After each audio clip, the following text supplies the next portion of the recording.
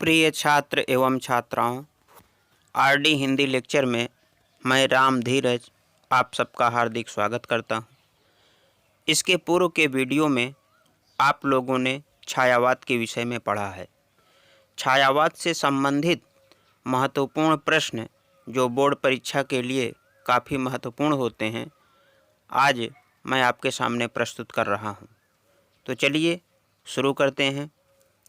तो आज का पहला प्रश्न है, छायावाद का समय कब से कब तक माना जाता है? तो इसका उत्तर है, छायावाद का समय 1918 से 1936 ईस्वी तक माना जाता है। आज का दूसरा प्रश्न, छायावाद के 4 आधार स्तंभ किन कवियों को कहा जाता है?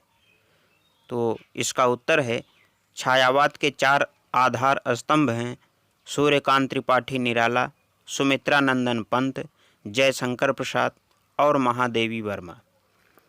आज का अगला प्रश्न, छायावादी काव्य की 2 प्रमुख प्रवृत्तियां या विशेषताएं बताइए। छायावादी काव्य की 2 प्रमुख प्रवृत्तियां निम्नलिखित हैं।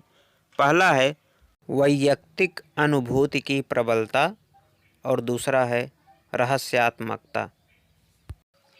आज का अगला प्रश्न, छायावाद के किस कवि को प्रकृति का सुकुमार कवि कहा जाता है?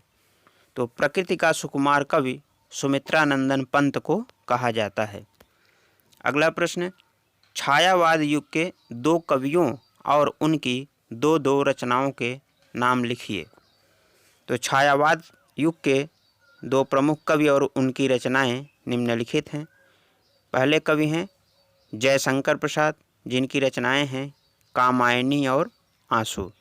दूसरी कवित्री हैं महादेवी वर्मा, जिनकी रचनाएं हैं यामा और दीपशिखा। आज का छठा प्रश्न, अनामिका के रचनाकार कौन हैं? तो अनामिका के रचनाकार हैं सूर्यकांत त्रिपाठी निराला। अगला प्रश्न, लोकायतन महाकाव्य के रचयिता कौन हैं? तो इसका उत्तर है, लोकायतन महाकाव्य के रचयिता हैं सुमित्रा नंदन पंत।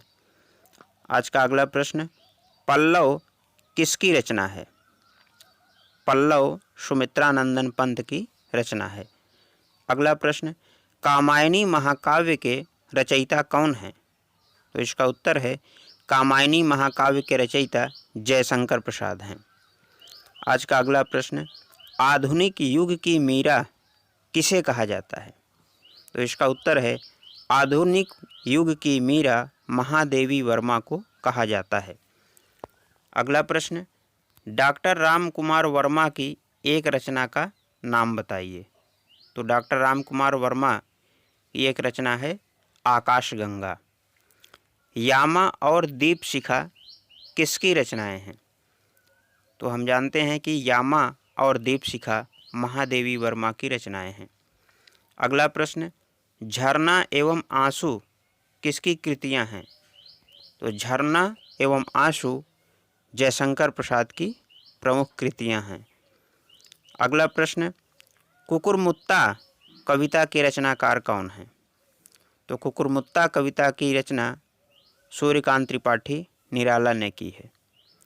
अगला प्रश्न, नौका विहार किसकी रचना है? नौका विहार सुमित्रा नंदन पंत की रचना है। अगला प्रश्न, राम की शक्ति पूजा एवं सरोज स्मृति के रचनाकार कौन हैं? तो राम की शक्ति पूजा एवं सरोज स्मृति की रचना सूर्यकांत त्रिपाठी निराला ने की है। हम यहाँ यह बता दें कि सरोज स्मृति एक शोकगीत है जिसे निराला ने अपनी पुत्री सरोज की मृत्यु पर उसकी स्मृति में लिखा है।